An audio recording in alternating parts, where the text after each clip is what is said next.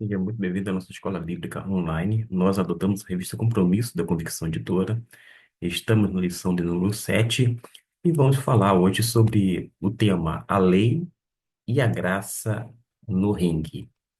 Quando a gente trabalha essa temática a partir do capítulo 7 da Carta de Paulo aos Romanos, nós temos que ter em mente algumas coisas. E como é que eu começo a nossa escola bíblica online analisando essa questão? Bom, a gente precisa compreender o propósito da lei no plano de Deus. Feito isto, a gente vai entender a relação entre lei, pecado e graça. A gente já vai dar um passo significativo, muito importante, porque a gente vai, por sua vez, identificar o conflito interno descrito por Paulo no capítulo 7. Além disto, a gente vai reconhecer que a vitória espiritual vem pela dependência de Cristo. Ninguém é vencedor porque a força reside no próprio. Pelo contrário, Deus nos fortalece.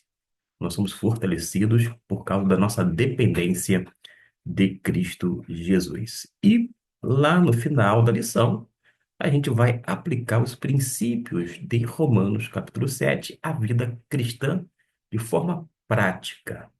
É isso que nós desejamos no decorrer desta lição. A gente vai fazer a leitura do texto-chave, que é Romanos capítulo 7, versículo de número 6, que nos diz assim: eu estou utilizando a versão revisada da Imprensa Bíblica Brasileira. Mas agora fomos libertos da lei, havendo morrido para aquilo que estávamos retidos, para servirmos em novidade de espírito e não na velhice da lei. A gente precisa compreender adequadamente o seguinte: a lei, ela mostra a doença. Já a graça vai oferecer a cura. É isso mesmo. Porque quando a gente vai para a Bíblia Sagrada, a gente nota que o pecado se aproveita da carne, essa natureza pecaminosa. Mas a graça de Deus vai fortalecer o nosso espírito. De modo que a religião, de um certo modo, tenta controlar o homem por fora, mas Cristo vai transformar o homem por dentro. E quando nós não vencemos o pecado tentando ser fortes, mas nós vamos vencer o pecado aprendendo a depender em Deus. E quando fala sobre essa luta, a lei, a graça no ringue, conforme a temática, é porque a lei vai mostrar quem nós somos, mas a graça de Deus vai mostrar quem Deus é. E a gente vai perceber que a cruz acabou não anulando a santidade da lei. Ela, na verdade, revelou sua plenitude em Cristo Jesus. Agora você já decidiu fazer o certo e pouco tempo depois percebeu que fez exatamente o contrário? É isto que o apóstolo Paulo nos mostra nesta epístola, no capítulo 7. Uma batalha. Aqui o tema é a lei e a graça no ringue. Vamos então à leitura da nossa revista e então tecer alguns comentários na medida do possível para corroborar com a escola bíblica online. Quando nós trabalhamos essa questão relacionada à introdução, o autor da revista começa dizendo: imagine que você já está diante de uma escolha clara, fazer o certo ou ceder ao impulso. Você sabe o que deveria fazer, mas faz o oposto. Já viveu esse conflito? Certamente vai ter um sonoro sim. Já vivi esse conflito. Paulo também.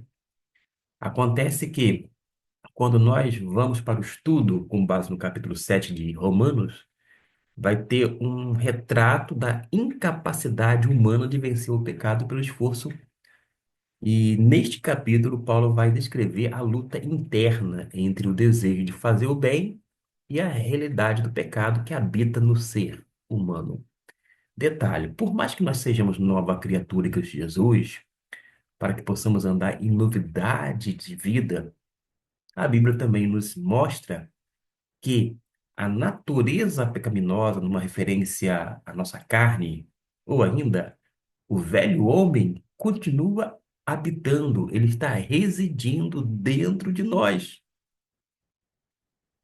E por isso há esse embate, há essa luta, fica se digladiando. A carne e essa centelha do evangelho que já foi implantada no ser humano e o fez nova criatura. Mas acontece que a gente tem que estar consciente de que agora a nossa vida é para agradar não a vontade da carne, os nossos desejos, mas agirmos de uma forma correta e inclinados para as coisas do Espírito. E nesse capítulo, o apóstolo Paulo, ele vai mostrar que a lei revela o pecado, mas não tem poder para libertar e aponta para Cristo como a única solução. Aliás, décadas atrás, nós tivemos, através das juntas de missões nacionais, esse, essa frase: Jesus, a única solução. A única saída realmente é Cristo. Não é a política, não é nenhuma outra coisa, não é adotando um viés ideológico, quer de direita, quer de esquerda, nada disto resolve.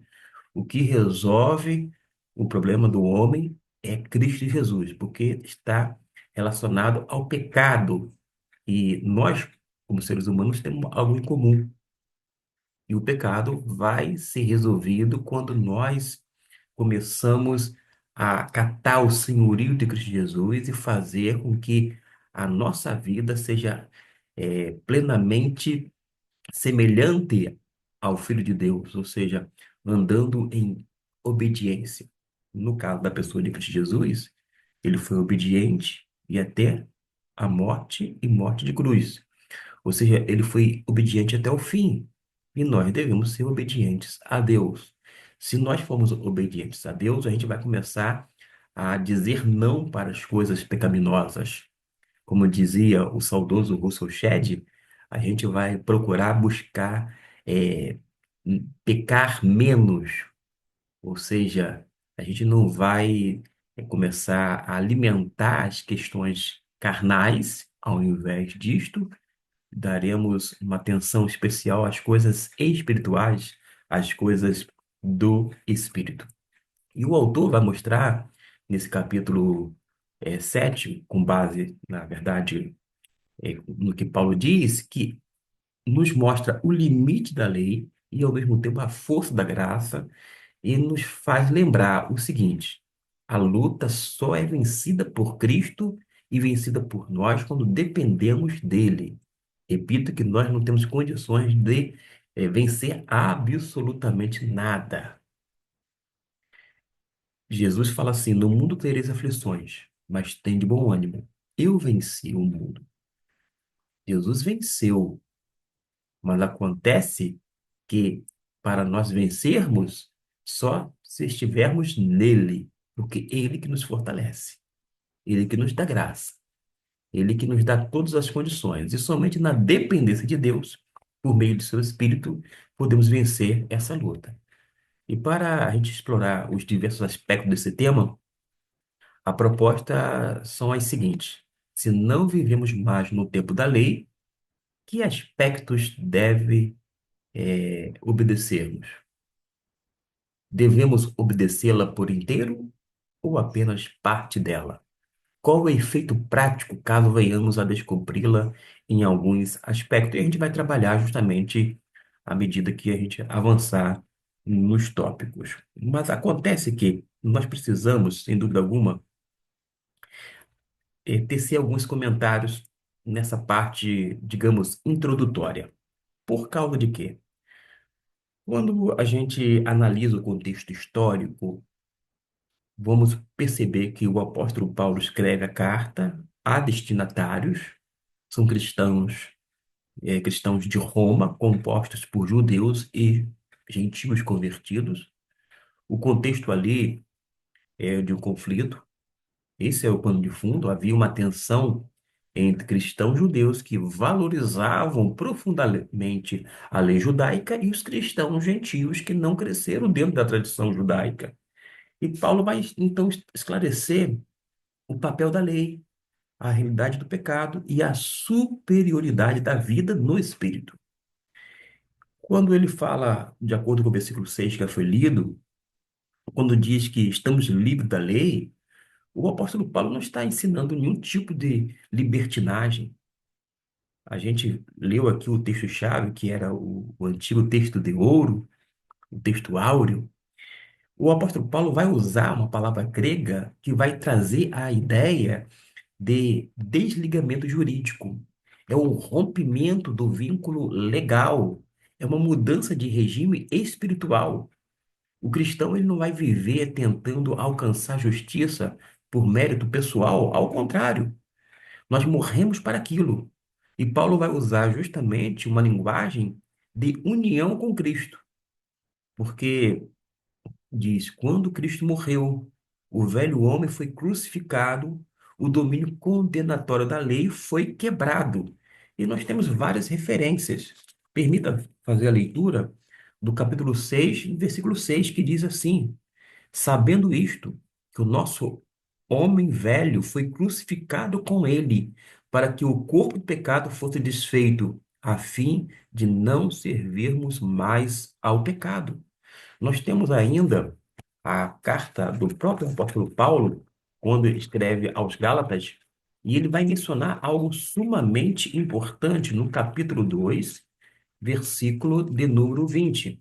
Enquanto estou falando, estou aqui localizando na minha Bíblia, porque diz assim no versículo 20: já estou crucificado com Cristo e vivo.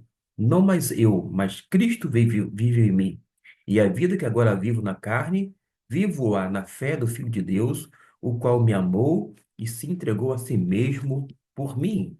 Ou seja, fala sobre essa novidade do Espírito.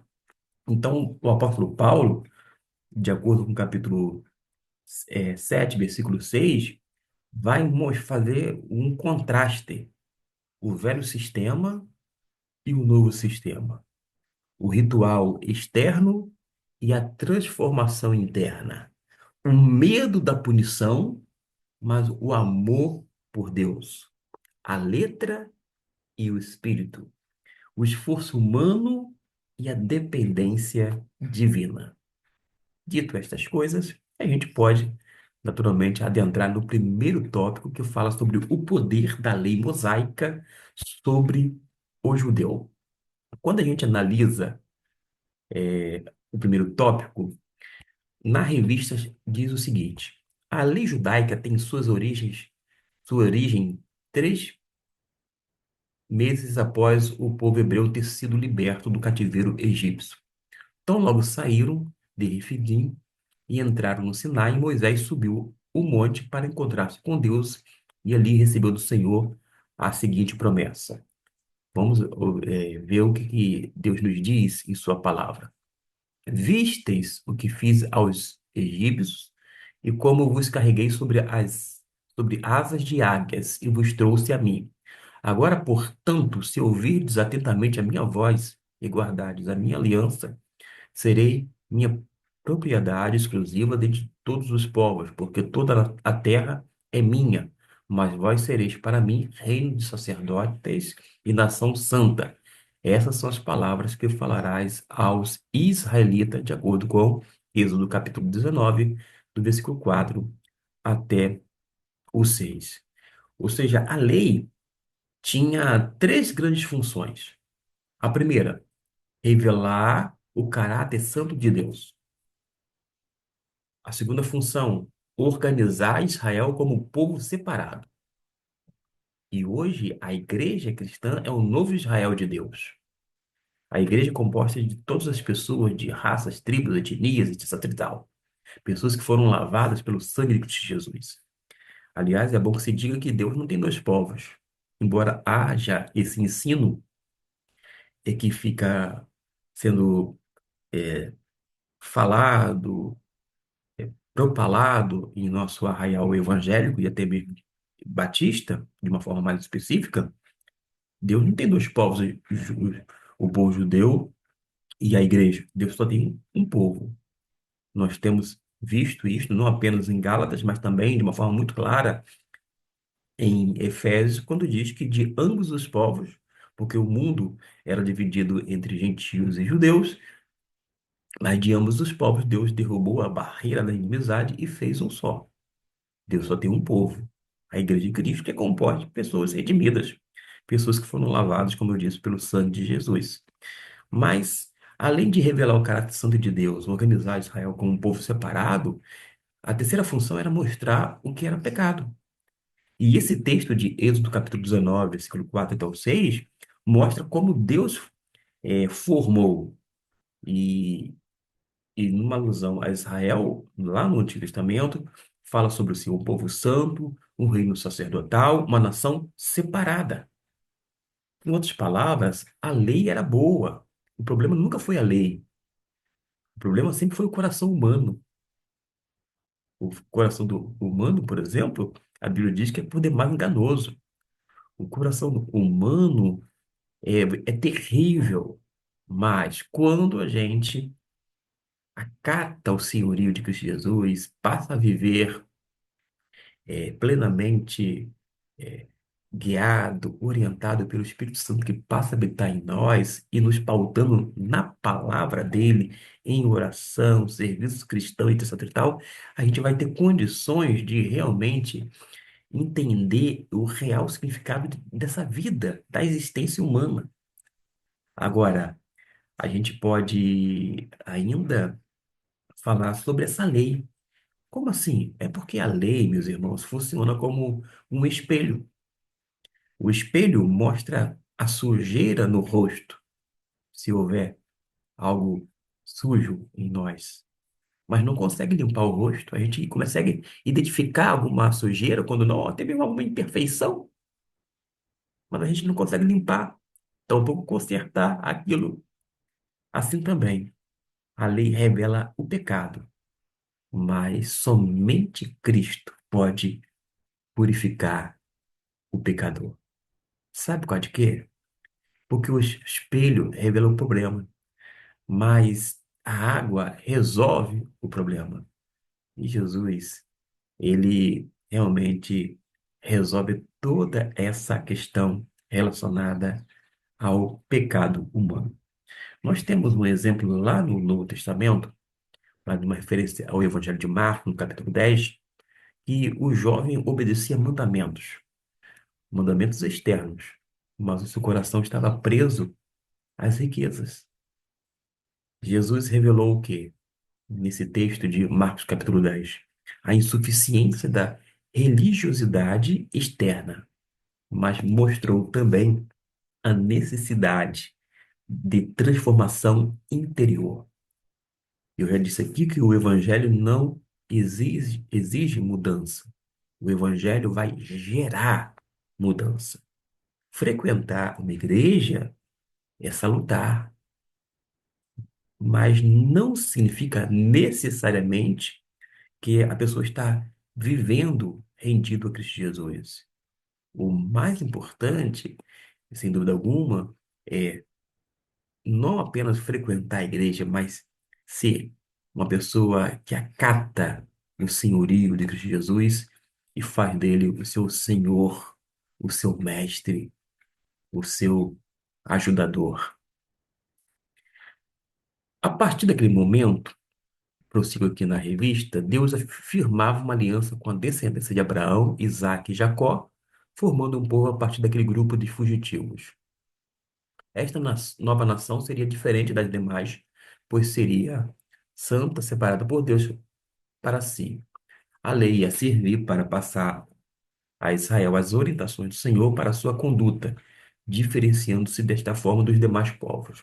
A lei do Senhor, Exaltino Gomes Coelho Filho dizia que era uma manifestação bondosa da parte de Deus.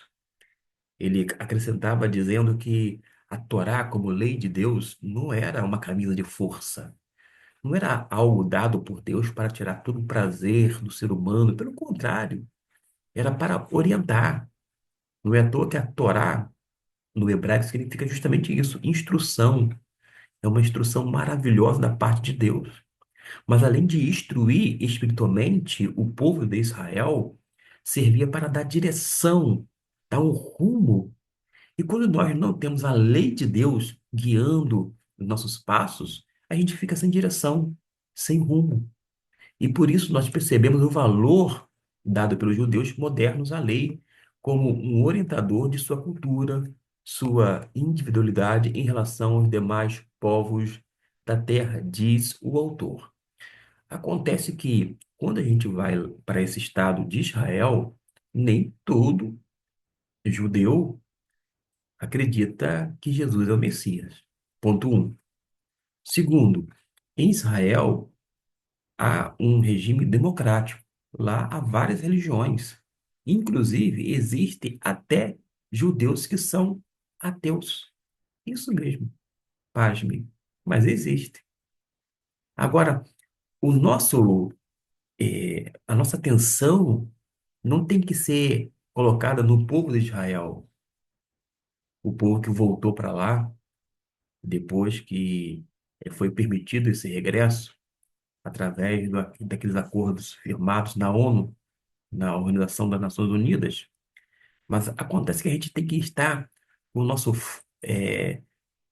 foco, a nossa atenção voltada para Cristo Jesus. Por quê? Jesus é o autor e consumador da nossa fé. Os nossos olhos precisam estar fixos na pessoa bendita de Cristo.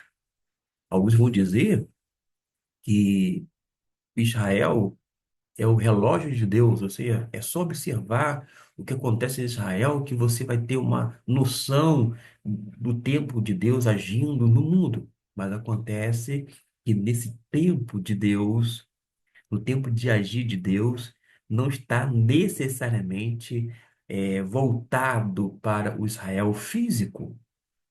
Ele está naquele âmbito geográfico. Ao contrário, a gente precisa ler as Escrituras Sagradas, não apenas o Antigo, mas também o Novo Testamento, e fazermos uma interpretação à luz da pessoa e dos ensinos de Jesus. Porque para este, Jesus é a chave de interpretação. Para você entrar na sua casa, você precisa de ter uma chave e vai lá na fechadura e adentra. A mesma coisa. A chave hermenêutica é Cristo Jesus. Quer entender o Antigo Testamento e o Novo Testamento, por sua vez, precisa saber quem é Jesus e compreender não apenas a sua obra, mas principalmente os seus ensinos. A partir de Cristo Jesus, tudo fica mais fácil e você adentra as páginas do Antigo e do Novo Testamento e compreende adequadamente. Mas quando a gente começa a tratar dessa questão relacionada à lei, a gente vê que tinha essa função para o povo de Deus, mas que ampliava, porque mostrava para os demais povos também. Em outras palavras, Israel era a luz para as nações, iluminava. O povo de Israel era para ser exemplo para todas as nações ao seu redor. Tem um texto que diz assim em Gênesis, capítulo 12, versículo 3: Abençoarei os que te abençoarem e amaldiçoarei quem te amaldiçoar. E todas as famílias da terra serão abençoadas por meio de ti. A bênção não era restrita apenas para Abraão e seus familiares, para o seu povo, mas para todas as famílias da terra. A lei, portanto, deveria ter um valor normativo positivo na vida das pessoas. Não era para ser encarada como uma mera relação de rituais religiosos, mas como orientações para uma vivência agradável com Deus, com o próximo e com a sociedade. A gente precisa aprender com os erros lá do passado da parte do povo de Israel. Havia rituais, havia sacrifícios, mas eles não estavam fazendo as coisas de coração, não estava honrando o Senhor, não estava dignificando o nome do Eterno. É por isso que a gente precisa é fazer sempre que possível um exame introspectivo, analisar. E se a gente não tem essa condição, pedir com sinceridade e em oração: Senhor, sonda o meu coração, vê se há algo em mim, alguma coisa que realmente tem impedido de ouvir a tua voz através das Escrituras Sagradas.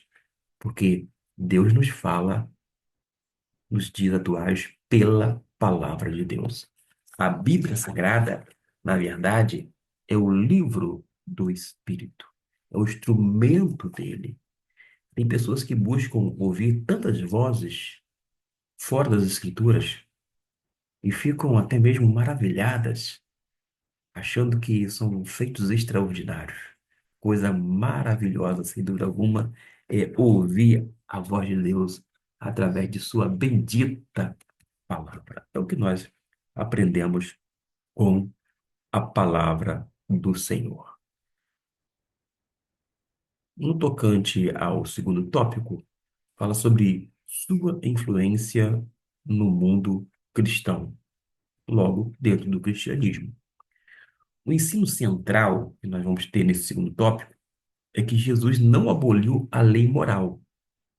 Ele a cumpriu plenamente, totalmente. Nós temos uma referência bíblica. Eu vou fazer a leitura de Mateus, capítulo 5, versículo de número 17, que nos diz assim: disse Jesus: Não penseis que vim destruir a lei ou os profetas. Não vim destruir, mas cumprir. É isto que nós aprendemos.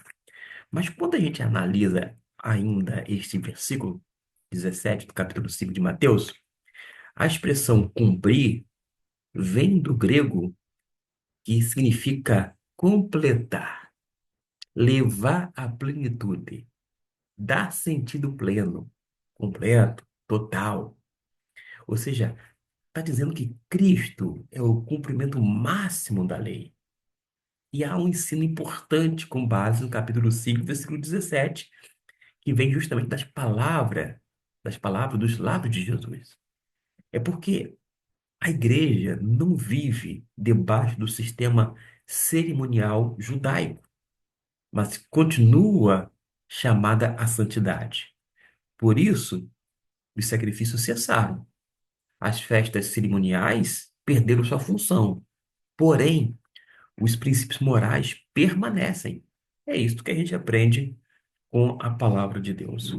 É como se nós tivéssemos um termômetro que identifica a febre, mas ele não cura a doença, apenas está identificando aquele estado febril que mostra que há algo, um sintoma, algo causando aquela febre que vai servir de alerta.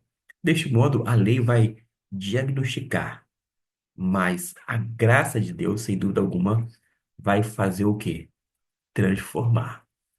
Vamos prosseguir, porque diz: Jesus, nascido na linhagem davídica, escolheu os judeus para ser seus 12 apóstolos. Seu ministério foi originalmente voltado apenas para os judeus, sendo aberto para as pessoas de outros povos conforme chegavam a ele. Primeiramente, Jesus fala que eles deveriam pregar somente aos judeus, depois vai estender às demais pessoas. Mas a gente tem que observar essa transição. Primeiro, o evangelho tinha que ser pregado, anunciado somente para aquelas pessoas ali. Há algumas exceções de pessoas que foram curadas, que eram gentias, etc e tal, pessoas que não eram judeus, mas demonstravam uma fé que jamais vista em Israel, recebeu o elogio dos lábios de Jesus. Nós temos tudo isto, mas Jesus veio dizer claramente que ele não veio para cumprir a lei, ele veio para cumprir a lei, melhor dizendo, não para aboli-la. E validou seus ensinos morais, conforme eu disse. Porque no início, os cristãos de Jerusalém adoravam a Deus nas casas e nos templos. E adotaram as escrituras judaicas, uma referência ao Antigo Testamento, que eles tinham em seus atos religiosos. Porque eles entenderam que estas revelava a vinda de Jesus e a sua função como Messias prenunciado no Antigo Testamento. Aqueles judeus entenderam que Jesus era o Messias, conforme estava é, descrito no Antigo Testamento. E a Páscoa, por exemplo, foi mantida por causa do sacrifício de Jesus, mas as festas dos tabernáculos, da Lua Nova e outras foram abolidas. O dia de reunião das comunidades migrou antes, dentro do judaísmo, sempre permaneceu o sábado, mas agora, para os cristãos judeus convertidos a Cristo, portanto, passou para o domingo, apesar de não ter o mesmo caráter restritivo é, do sábado judaico, o qual o próprio Jesus deu um claro sentido, é, conforme Marcos capítulo 2 versículo 23 até o 28 e Lucas capítulo 14 do 1 ao 6. Eu não farei a leitura, mas você tendo essa revista de forma impressa, em mãos, portanto, quando não queira pegar essas referências, por gentileza, possa fazer a leitura. A limitação foi liberada, mas desde que não fosse sacrificada a ídolos. Portanto, apesar da herança judaica que o cristianismo recebeu, suas práticas religiosas foram abandonadas porque eram meras sombras ou indicadores do que viria a acontecer na figura de Jesus Cristo. A gente precisa trabalhar de uma forma muito consciente e bíblica, porque de um tempo para cá houve uma tentativa de rejudaizar o cristianismo. Pessoas no segmento chamado evangélico, no Brasil e quando não no mundo, começaram a introduzir vários elementos, festas, práticas e até mesmo vários apetrechos, várias questões ligadas ao povo judeu para dentro da igreja. Nós sabemos perfeitamente que um judeu convertido a Cristo, ele pode adotar costumes judaicos. Por quê? Ora, ele é judeu. Nada mais compreensível.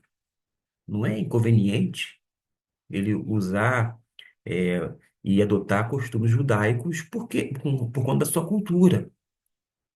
Agora, quando pessoas gentias, convertidas a Cristo, elas não têm a obrigação de utilizar práticas judaicas.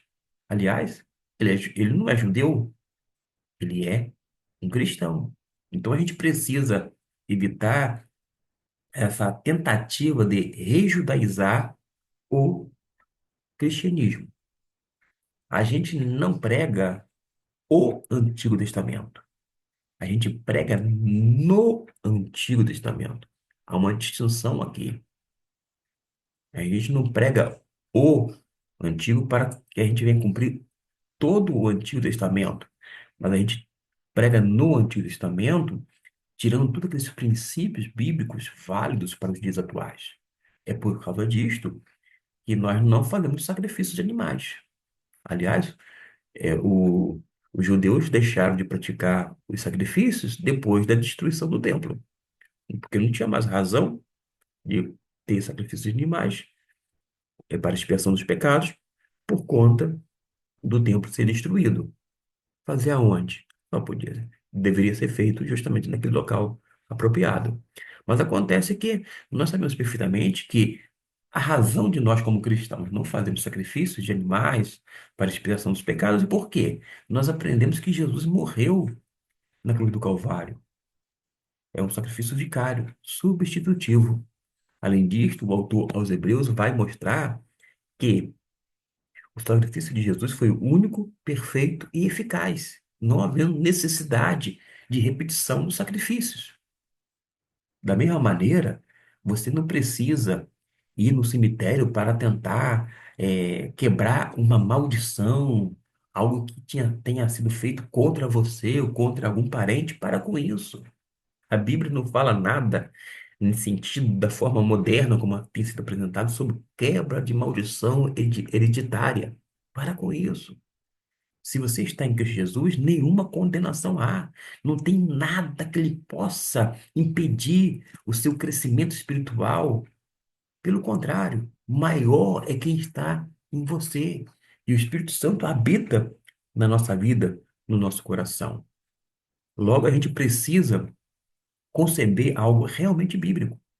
Nós temos alguns ensinos errôneos na nossa igreja evangélica de que as pessoas, infelizmente, têm adotado tais costumes, tais doutrinas, mas enfraquece não o evangelho de Deus, porque o evangelho de Deus é poder para todo aquele que ele crê, mas vai enfraquecer a vida, que vai fazer com que as pessoas que seguem tais ensinos, invenções humanas no tocante a doutrinas criadas por homens.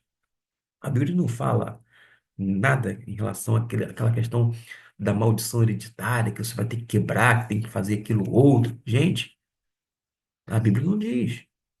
Agora, a gente precisa repousar e estarmos fundamentados nas Escrituras. O próximo tópico fala sobre a vitória da graça sobre a lei.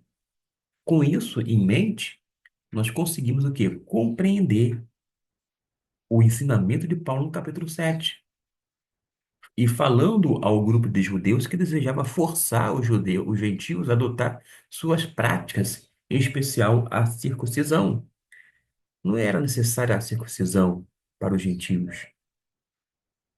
O mais importante era aquilo que já foi efetuado no coração daquele gentio convertido a Cristo Jesus. O que a gente vai conceber, por exemplo, é que, de acordo com Paulo, capítulo 7, versículo 4 até o 6, e eu farei a leitura, para que a gente venha a ter uma noção adequada do que está sendo dito pelo apóstolo Paulo, ele vai nos dizer o seguinte: assim também vós, meus irmãos, fostes mortos quanto à lei mediante o corpo de Cristo, para pertencerdes ao outro, aquele que ressurgiu dentre os mortos, a fim de que demos fruto para Deus. Verso 5. Pois quando estávamos na carne, as paixões dos pecados, suscitados pela lei, operavam em nossos membros para darem frutos para a morte. Mas agora fomos libertos da lei, havendo morrido para aquilo em que estávamos retidos, para servirmos em novidade do espírito e não na velhice da letra. Ou seja, Paulo faz uma ilustração, ele faz uma ilustração do casamento. Como assim? Assim como a morte encerra um vínculo conjugal, a morte com Cristo encerra o vínculo condenatório da lei. Paulo não está afirmando que a lei morreu, mas que o crente morreu para o domínio da lei. E isso muda completamente a relação do cristão com Deus. Porque o centro da vida cristã, é o amor. E Jesus resumiu toda a lei em amar a Deus, amar ao próximo. Eu estou me reportando aqui ao texto bíblico de Mateus capítulo 22, lá no versículo 36 até o 40. É porque, meus irmãos, quem ama verdadeiramente não precisa ser empurrado pela ameaça. É isso que nós aprendemos com a palavra de Deus. Estes mandamentos já existiam nas Escrituras, podiam ser desdobrados em todos os outros existentes, e eles davam sentido. Ou seja, somente conseguimos olhar para o próximo como alguém digno através das lentes de Cristo, que se sacrificou por todos nós, apesar de sermos indignos de sua misericórdia.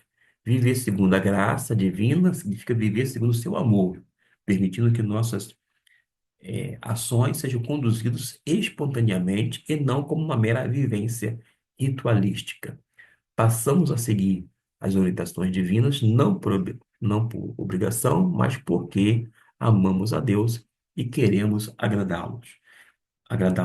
Passamos a ser leais com o outro, não somente porque a Bíblia nos manda, mas porque desejamos o seu bem, assim como pensamos em nosso próprio bem-estar. O amor resignifica a vida e facilita a condução de nossas jornadas. A gente aprende, com base em Romanos, algo semelhante ao que acontece com uma criança. Uma criança obediente pode arrumar o quarto por medo do castigo, mas um filho maduro ajuda os pais porque os ama. É porque a graça produz maturidade espiritual. Meus irmãos, eu nunca permiti que a minha mãe carregasse um peso. Por exemplo, quando ela ia no mercado, as sacolas pesadas, as sacolas de mercado antigo, que os mais antigos vão saber que tinha aquelas bolsas resistentes. Eu nunca permiti que minha mãe carregasse peso enquanto estivesse perto dela. Eu me adiantava para ajudá-la. Eu nunca permiti, por exemplo, também que a minha esposa carregasse peso estando eu ali, por conta desse cuidado. A gente quer facilitar a vida do outro. Da mesma forma, nós devemos agir, porque o amor deve nos impulsionar, deve conduzir a nossa vida. Porque quem ama, cuida. Quem ama, cuida. Quem ama, vai orar. Quem ama, vai colocar diante de Deus a pessoa em oração. Quem ama, realmente faz algo concreto, não fica meramente no discurso. É o que nós aprendemos com a palavra de Deus. Agora nós vamos para um outro tópico, que é a luta contra o pecado. Quando a gente trabalha sobre isto, a gente não pode perder de vista o que eu disse agora há pouco. O filho maduro ajuda os pais porque os ama, não porque tem medo de um castigo. Se não fizer isto, vai apanhar, aquilo outro. Pelo contrário, deve haver maturidade espiritual. E a graça de Deus produz justamente essa maturidade. A luta contra o pecado diz assim: a lei, então, é apresentada por sua função didática, como revelação do que é o pecado, ou seja, do que fere o padrão de conduta divino, de acordo com o versículo de número 7. E diz assim: que diremos, pois? É a lei pecado? De modo nenhum. Contudo, eu não conheci o pecado, senão pela lei, porque eu não conheceria a concupiscência se a lei não dissesse: não cobiçarás. Ao revelar o que seria pecado, a lei acaba tendo um efeito contrário, pois produz um efeito cobiçoso, de acordo com o versículo 8 até o 11, segundo o autor, que leva o homem a uma luta interna entre fazer a vontade de Deus ou ceder às paixões carnais. E está aqui as referências, versículo 14 até o número 20. O apóstolo Paulo está revelando um conflito, mas além do conflito, ele revela a frustração, porque aquele bem que você quer fazer acaba não fazendo, e o mal que você não deseja fazer acabou sendo feito. Isso mostra o que a gente chama de uma batalha espiritual, é uma guerra interior. E essa guerra não é algo necessariamente externo, é algo interno que acontece na nossa mente. John Stott, ele certa vez falou que toda batalha começa na mente. E ela é ganha ou é perdida justamente aqui, na mente. Se você perder a batalha mentalmente falando, que vai ter implicações espirituais, você vai ceder, você vai se entregar à concupiscência, aos desejos incontrolados, da carne. Mas se você ganhar, e se você estiver em Cristo Jesus, terá um outro desfecho. Por isso que quando Paulo fala assim, porque não faço o bem que quero, mas o mal que não quero, esse faço, o que Paulo está demonstrando, meus irmãos, é uma consciência espiritual.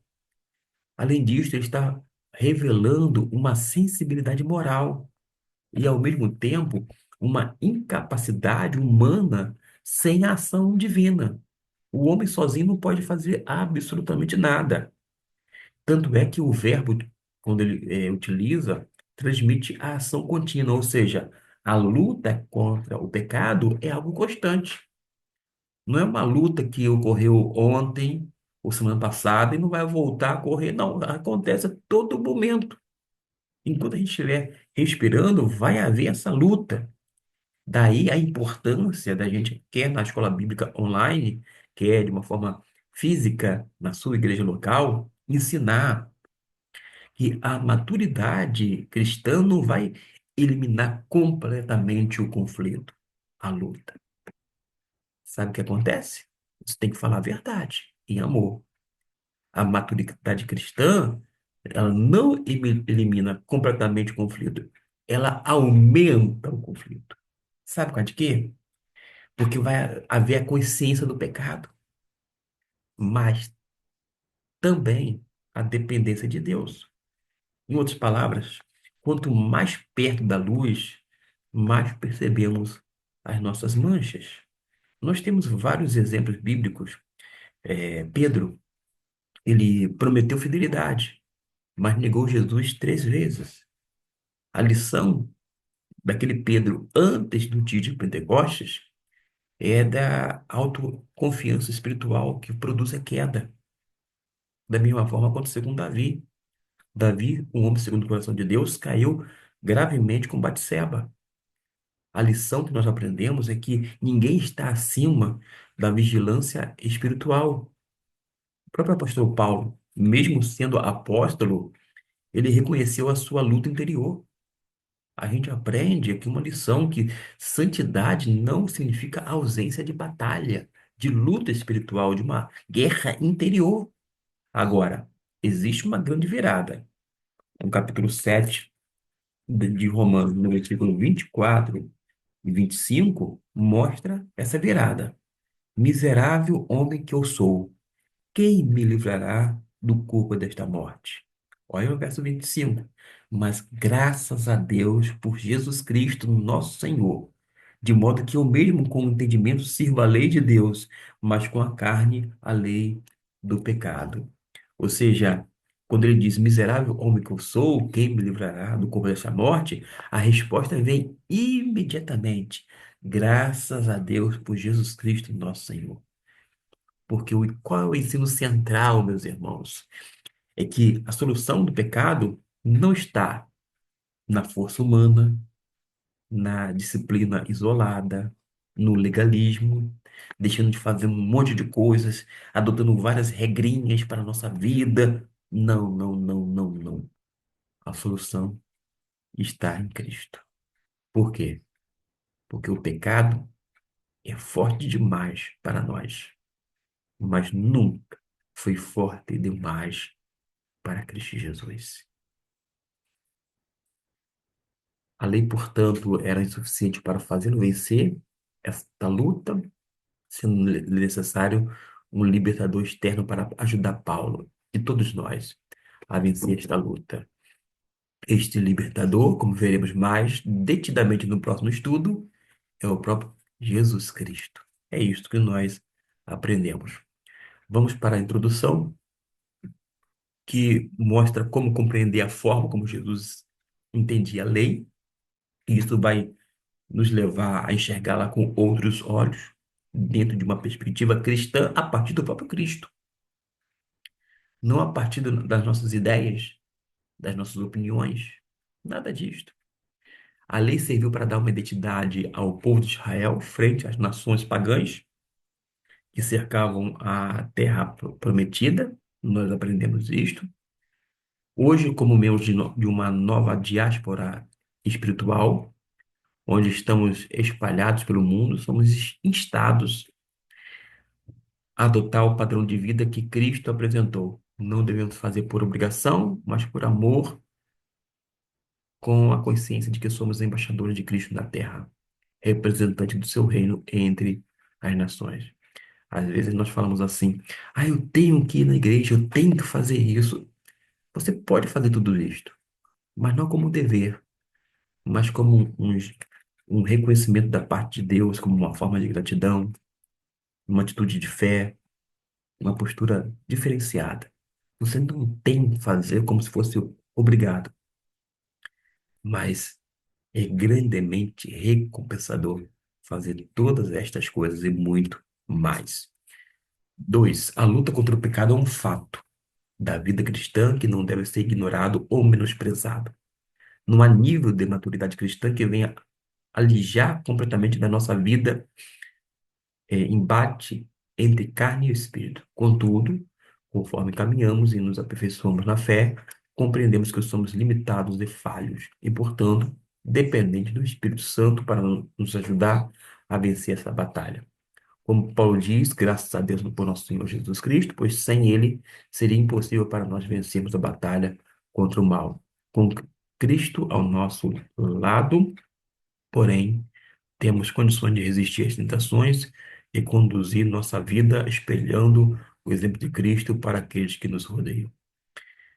Durante algum tempo, a gente ouviu de uma forma muito massiva de que a gente deveria buscar uma experiência tida como é, especial para que a gente tivesse o chamado revestimento de poder. Mas acontece que quando as pessoas buscam o chamado batismo no Espírito, a gente vai observar que as pessoas, após ter uma experiência de falar em línguas estranhas, o que é estranho, inclusive, ao próprio texto de Atos capítulo 2, é que aquela busca pelo poder, aquela busca por aquele revestimento, por mais legítimo que seja, por conta da sinceridade ali tida, não é suficiente para garantir uma vida necessariamente de santidade, uma vida pautada na palavra de Deus. Porque a gente observa que as pessoas que buscaram esse chamado batismo do Espírito Santo, que têm uma experiência de falar em línguas, são tão pecadoras quanto nós, que não falamos em línguas, que não buscamos o chamado batismo do Espírito Santo, porque biblicamente entendemos e cremos piamente que todos nós somos batizados no Espírito Santo justamente no ato de conversão, que a partir da nossa experiência cristã no Espírito, nós passamos a desfrutar da habitação do Espírito Santo para nos guiar, nos orientar e pautar, inclusive, a nossa vida. E que, por mais que nós não buscamos o batismo do Espírito Santo, porque já fomos batizados, isto é, imersos no Espírito, mas nós devemos, devido à consciência que temos de outros textos, conforme Paulo escreve aos Efésios, de estarmos sempre cheios do Espírito Santo, ou seja, a plenitude precisa e deve ser buscada de forma constante. Essa plenitude é necessária, não a busca pelo batismo no Espírito. E a gente precisa aprender, inclusive, com Hudson Taylor, em seu livro, quando ele disse sobre o segredo espiritual dele. E o segredo dele não estava baseada em nenhuma experiência religiosa, mas sim na suficiência de Cristo Jesus. Eu quero terminar dizendo que Cristo Jesus é suficiente, que a Bíblia, devidamente interpretada, nos basta. A gente não precisa necessariamente de revelações fora das Escrituras. Não há razão para buscar Deus falar fora das Escrituras, mas cremos piamente que o próprio Espírito Santo de Deus que habita em nós, tendo a Bíblia como um instrumento dele, já que ele inspirou todo esse conteúdo, ele vai nos conduzir à verdade. E a verdade, sem dúvida alguma, se encontra de forma absoluta, plena, na bendita palavra do Senhor. Eu conheço dezenas, centenas de pessoas, quando não milhares de pessoas na minha vivência cristã, desde que desci as águas batismais, que tiveram inúmeras experiências religiosas, tidas como legítimas, importantes, relevantes para a sua vida, mas que com o tempo não foi necessária, digo, não foi suficiente para mantê-las na graça de Deus, na igreja cristã. Década de 90, nós tínhamos uma estatística de mais de 9 milhões de pessoas que tinham sido batizadas nas igrejas evangélicas e que não estavam mais nas fileiras cristãs. Por isso a gente precisa entender que a gente não tem que buscar o poder pelo poder, mas uma vez habitado pelo Espírito Santo, crer que esse Espírito Santo, bendito, um ser divino, vai nos transferir poder para sermos testemunhas de Jesus. E as experiências que nós tivermos, por mais significantes que sejam para este ou para você, não é norma para a vida de ninguém. Mas tem uma coisa importante, é que mais importante do que qualquer experiência religiosa, por mais legítima que seja ou pareça ser, é vivermos de uma forma intensa com Jesus.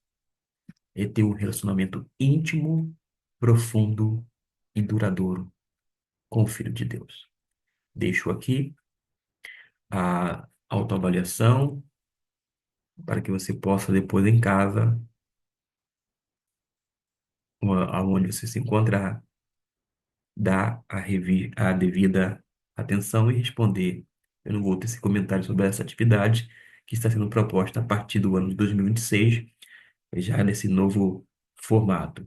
Mas eu preciso ainda falar sobre algumas questões que eu julgo importante. Não farei neste vídeo, mas eu pretendo fazer um vídeo complementar para você que é professor da Escola Bíblica Dominical, você que deseja, como aluno, se inteirar mais e mais sobre este conteúdo, numa referência ao capítulo 7 da carta de Paulo aos Romanos. Que Deus possa continuar nos abençoando e fazer com que realmente a nossa vida seja cada vez mais e mais intensa e plenamente em Cristo Jesus, nosso Senhor, nosso único e suficiente Salvador. Que Deus nos abençoe.